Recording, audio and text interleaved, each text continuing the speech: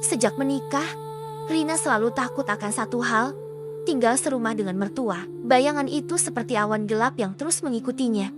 Bahkan di hari-hari paling bahagianya, bukan tanpa alasan. Tentu saja, telinganya sudah terlalu sering mendengar cerita, bisik-bisik dari teman, atau bahkan curahan hati di media sosial tentang mertua yang keras, suka mengatur, dan sulit sekali menerima menantu sebagai bagian dari keluarga. Kisah-kisah itu membangun sebuah benteng ketakutan di dalam hatinya, membuatnya bersiap menghadapi pertempuran emosional setiap hari.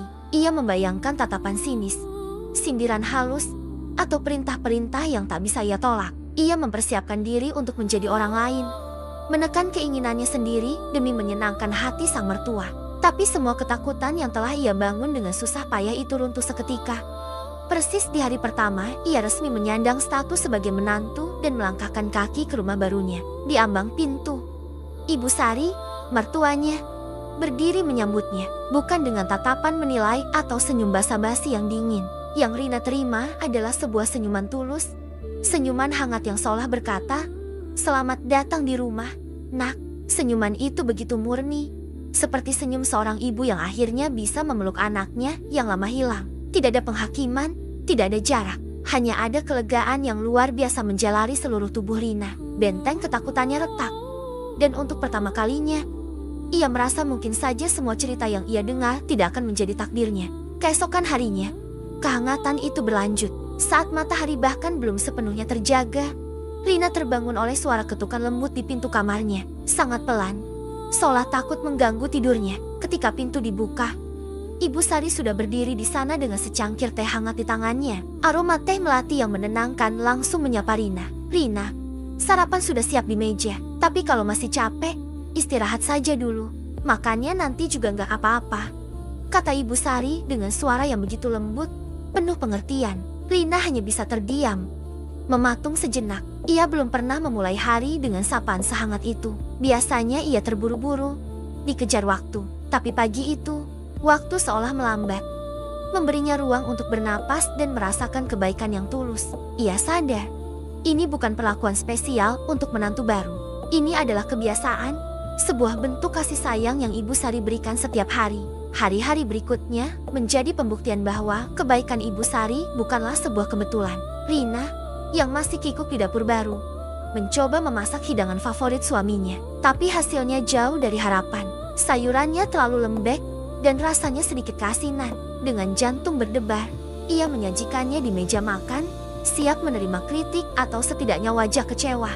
Namun, yang terjadi justru sebaliknya. Ibu Sari mengambil sesendok, mencicipinya, lalu tersenyum menatap Rina. "Wah, enak.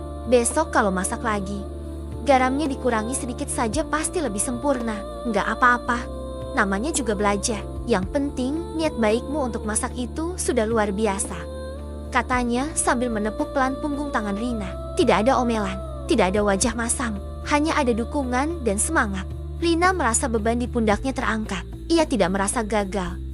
Ia justru merasa didukung untuk mencoba lagi. Di dapur itu, ia tidak hanya belajar resep masakan, tapi juga resep kesabaran dan keikhlasan. Ada kalanya, gelombang rindu pada keluarganya datang tanpa bisa dibendung, terutama di bulan-bulan pertama pernikahan. Suatu sore, Rina duduk sendirian di teras belakang, menatap kosong ke taman kecil sambil menahan air mata.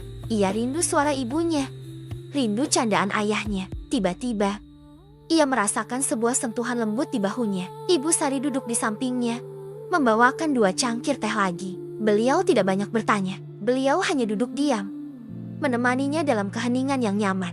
Setelah tangis Rina sedikit mereda, Ibu Sari berkata pelan, "Menangis saja, Nak, jangan ditahan. Rindu itu aja. Habis menikah, yang berubah itu bukan besar cintamu pada orang tua, tapi hanya tempatmu pulang setiap hari. Dulu kamu pulang ke rumah mereka.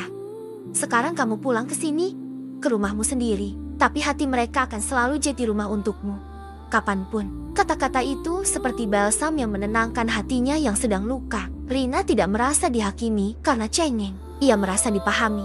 Ia merasa punya teman untuk berbagi kerapuhannya. Puncak dari semua kebaikan itu terjadi beberapa bulan kemudian. Rina jatuh sakit, tubuhnya demam tinggi, kepalanya pusing, dan tenaganya seolah habis tak bersisa. Ia bahkan tak sanggup untuk sekadar bangun dari tempat tidur.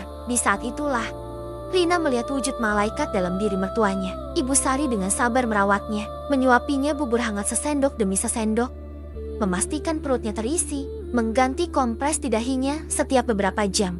Bahkan, saat malam tiba dan Rina gelisah karena demamnya tak kunjung turun, Ibu Sari memilih untuk terjaga di sampingnya, mengelus kepalanya dengan lembut sambil membisikkan doa. Beliau tidak tidur semalaman, memastikan Rina tidak sendirian dalam sakitnya. Saat kondisinya mulai membaik, Rina menatap wajah lelah mertuanya. Rasa bersalah menyelimutinya. "Ibu, maafkan Rina ya.